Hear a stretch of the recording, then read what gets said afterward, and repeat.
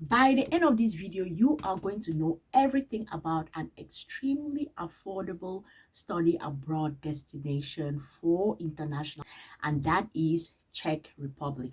I'm going to tell you everything that you need to know about it, and then you can decide for yourself, do you want to go there or do you not want to go there? I think it is a good idea if scholarships are difficult for you to get.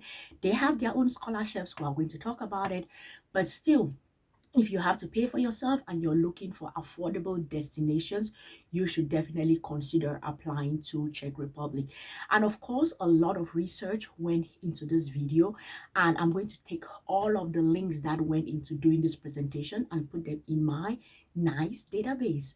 If you're someone looking to study abroad for free, study abroad no matter what, you should be subscribed to this database.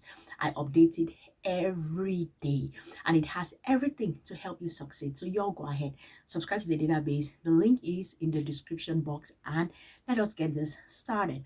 So you have 4 pillars of your Czech Republic pathway. Number 1, you have the gatekeepers, the ground realities, the hustle that you have to go through, and then the long-term plan. What should you do? So your gatekeepers, you're looking at admissions, visas, and proof of funds. We're going to talk about that. And then the reality on the ground, navigating housing crisis in the country, daily cost, and adapting to a new culture, especially language. That is an issue.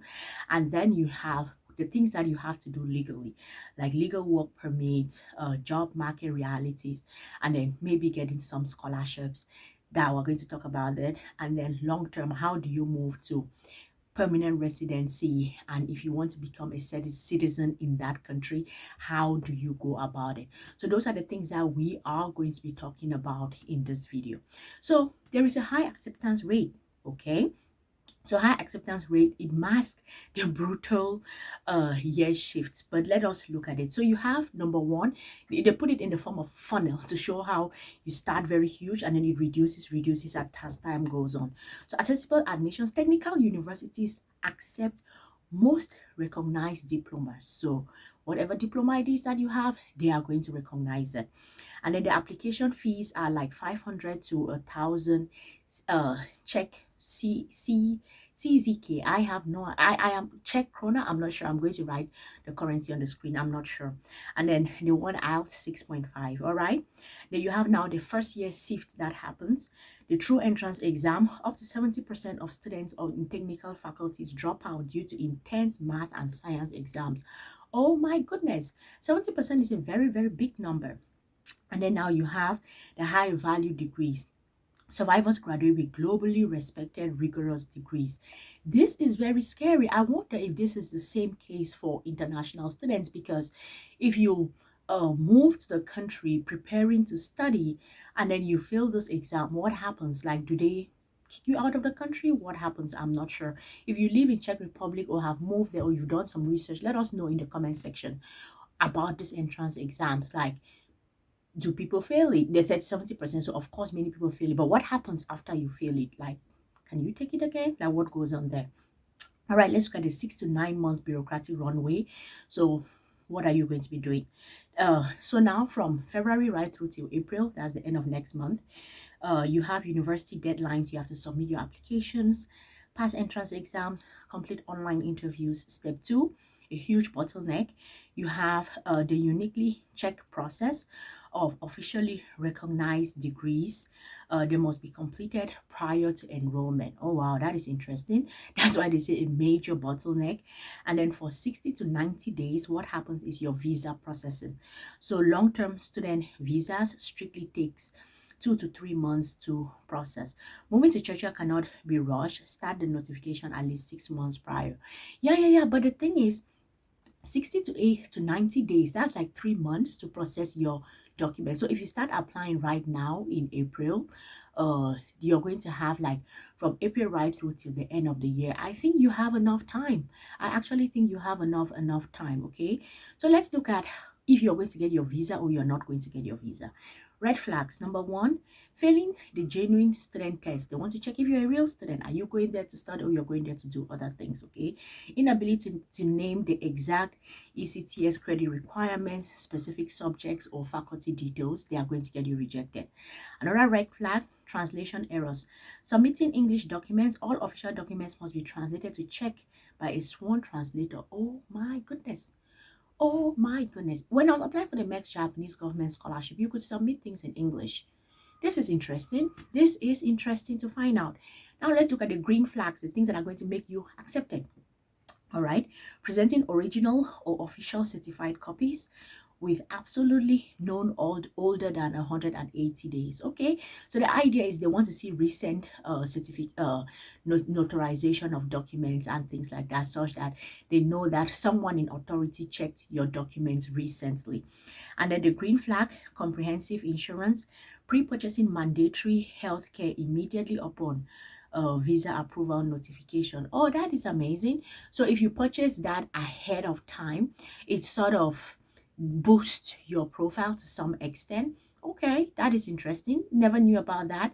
Now let's talk about proof of funds. How much do you need in order to go through this process? Okay, so you have the target. You have to target 115,810 CZK for 1 year.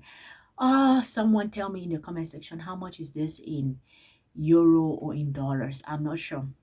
I'm going to look for it and also put it on the screen. And then what this does for you is or the things that are needed for this proof of funds. Account status, you must strictly be in your name. Okay. And then card format, it requires an internationally recognized debit card. Oh wow. Okay. And then statement, it requires a verifiable bank statement. Well, this is general, like everywhere in the world they ask for this. So the currency buffer rule for applicants from the global south dealing with volatile exchanges, the account must be overfunded and to buffer against sudden currency dips during the 60-day embassy review. This is actually an advice for generally for anyone that is preparing proof of funds documents. It's two things. You either keep it in their currency and then put it like that amount that is required in their currency, or if you're going to keep it in your own currency, you have to put way above, because currencies fluctuate and they don't want that at any time that it's fluctuating, let it go beyond below what is required, because if it goes below what is required, then you are going to be rejected. But if you keep it in their currency, in that amount that is needed, then you don't have to struggle about that again. Okay, now let's go through affordability extends far beyond tuition. All right, so let's look at the various places. Prague. So here, this is a highly gentrified market. You have a private 1-bedroom flats. Okay, high opportunity, high cost. Okay, and a Brno. I don't know if I'm pronouncing that correctly. It has a thriving tech scene. They have thriving shared flats, which is about 12,000 to 16,000 per month. Balanced lifestyle and then within budget. Okay. And then you have Ostrava. This is like budget people. This is the most affordable tier. Shared university dorms. You can pay about 3,000 to 4,500. So mandatory comprehensive health insurance, it costs about 20 to 25,000 annually. While overall inflation targets 2%, food staples have been localized. Massive jumps up to 75%. Okay, that doesn't even matter. All right, so these are the information about residentials, like where to stay if you choose to stay in a premium, if you choose to stay in the student hub, or if you choose to stay on budget. As this video, the idea of this video is to sort of tell you about how much you need to budget. So of course you budget based off of what you want, but as you can see, there are 3 tiers that you can pick and choose from, right? And the university dorms are the ultimate financial secret weapon. Okay, so university dorms, they cost between 4,800 to 7,500 for shared dorms. Securing this immediately upon admission is critical for like a surviving budget, right? And then the trap is if you get like a private flat.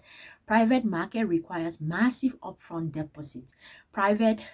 Basic private apartments easily exceeds about 17,000 to 20,000, fundamentally breaking the standard student budget. I think this is something that you can actually speak to your university about. Let's say that you get admissions. The first thing that you ask the university is, what about accommodation? Like, I would like to apply for accommodation as soon as possible. That way you can get an accommodation in the student dormitories. Transition from self-funded to fully funded. Okay, let's look at the scholarships that they may have. So you have government scholarships. This is highly competitive bilateral state scholarships for developing nations, covering full cost to developing nations. All right, so there are scholarships. You can look for what are the scholarships in Czech Republic for students from developing countries that you can take advantage of. And then universities have stipends. Once enrolled, students unlock internal funding. Oh wow, accommodation scholarships, merit-based tuition reductions, and Erasmus mobility grants. This is actually also the case in so many countries. Even in Japan, it is there, where you have like different kinds of scholarships for those that are already studying in the country, those that have already gained admission. You gain admission, then you can apply for those internal waivers, scholarships, and things like that. And then self-funded entry. English taught programs charge about 500 euro to 7,500 euro annually. Czech-taught programs are legally free, but require passing a rigorous B2 or C1 language exam. Oh my goodness, you should start learning Czech language right now. You should start learning Czech language right now, because guess what? That is the huge difference between paying that amount of money and studying for free. What are you going to do? What are you going to do?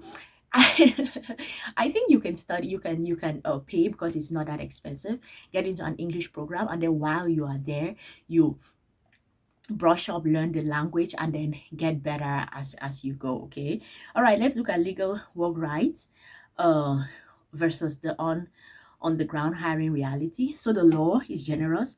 Full-time international degree students do not need a work permit. Oh wow, you're legally allowed to work alongside your studies with 0-hour restrictions. 0-hour restrictions. I made a post. Was it about Poland or Estonia? I don't remember. I made a post about some place, and I made a post about students working 30 hours in Spain, and I was like, oh my goodness, when do they have time to study? And then someone responded, and they were like, well, in some country there are no 0 hours, like zero limitations on the number of hours that you can work. This is it here. This is it here in Czech Republic. You can, oh my goodness. Oh wow. All right. So the reality is restrictive. All right. So finding part-time work outside of Prague and Brno without speaking fluent Czech is incredibly difficult. Okay.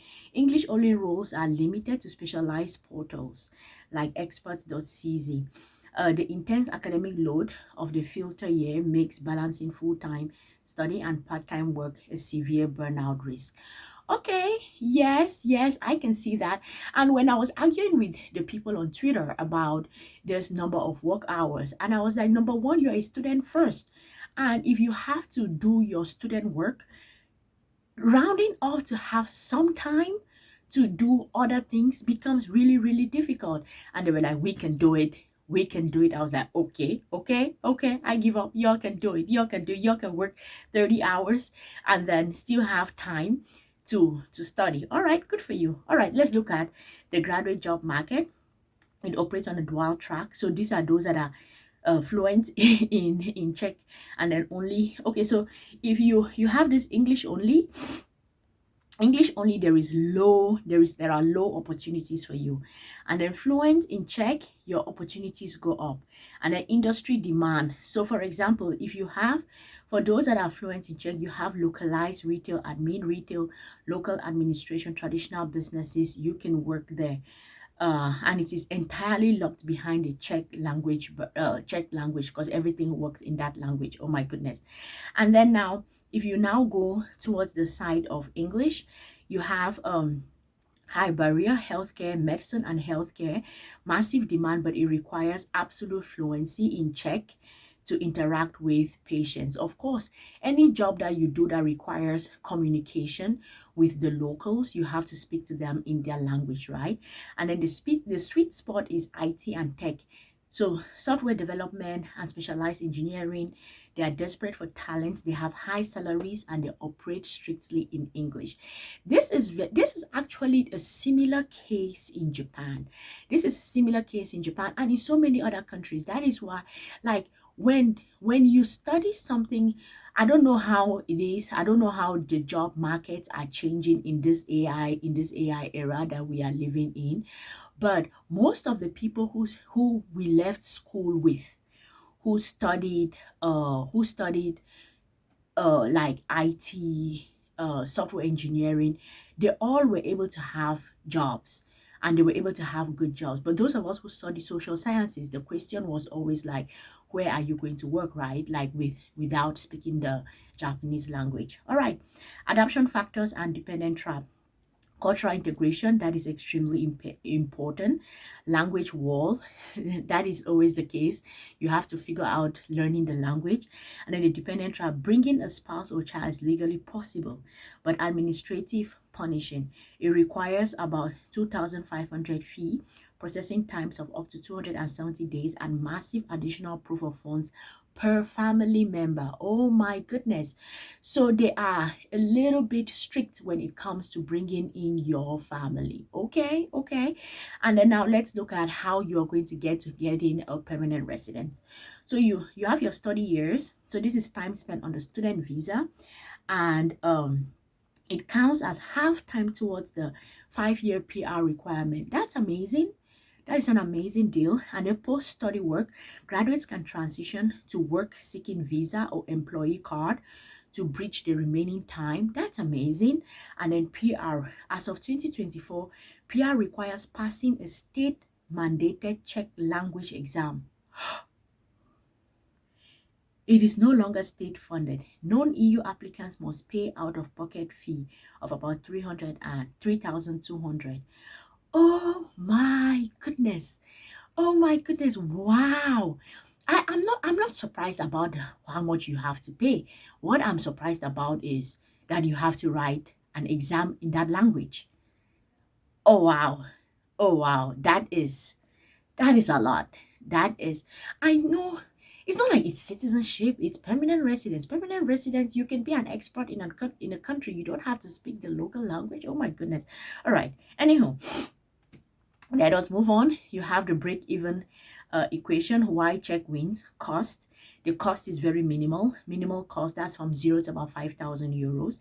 It has manageable living costs, dorms, student canteens that you can live on. And then the pay of rapid entry into a booming European tech sector.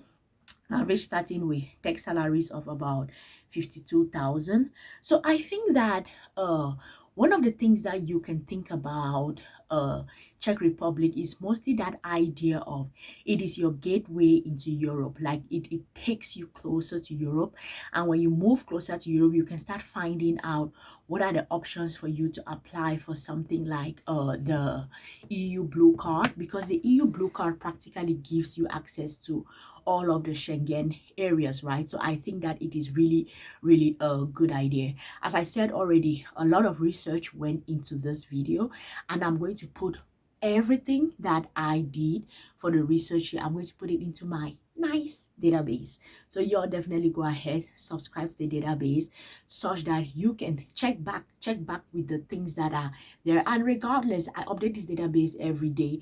Everything, if you want to study abroad for free, you should be in this database because it has everything. Okay, I hope that this was helpful. If it was, do well to like the video, save the video, share the video.